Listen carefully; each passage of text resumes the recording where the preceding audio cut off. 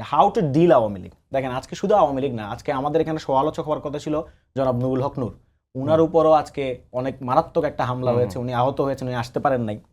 তো শুধু আওয়ামী লীগ না, আমাদেরকে কয়েকটা প্রশ্নের মোকাবেলা করতে হবে।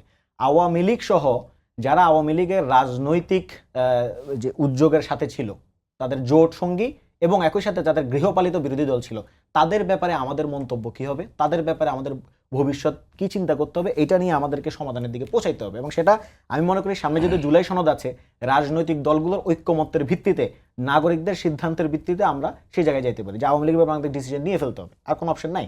কারণ এবং একই সাথে আরেকটা বিষয়, শুধুমাত্র রাজনৈতিক উদ্যোগ না, যারা আওয়ামী লীগকে কালচারালি সার্ভ করেছে, বাংলাদেশে আওয়ামী লীগকে কালচারালি সার্ভ করার লোকের সংখ্যা কম না নেহায়েত, তাদেরকে আপনি কিভাবে ডিল করবেন? এটা হইতে পারে, আমরা আগে বলেছিলাম ট্রুথ অ্যান্ড রিকনসিলিয়েশন কমিশনের কথা, সাউথ আফ্রিকাতে যে মডেলটা আছে, কিন্তু বাংলাদেশের যে অবস্থা, ওয়াল্লাহি আমি অবাক হয়ে গেলাম যে বাংলাদেশে এই আওয়ামী লীগের লোকজন এখন পর্যন্ত তারা স্বীকার করতে নারাজ যে তারা কোনো অন্যায় করেছে, অপরাধ করেছে।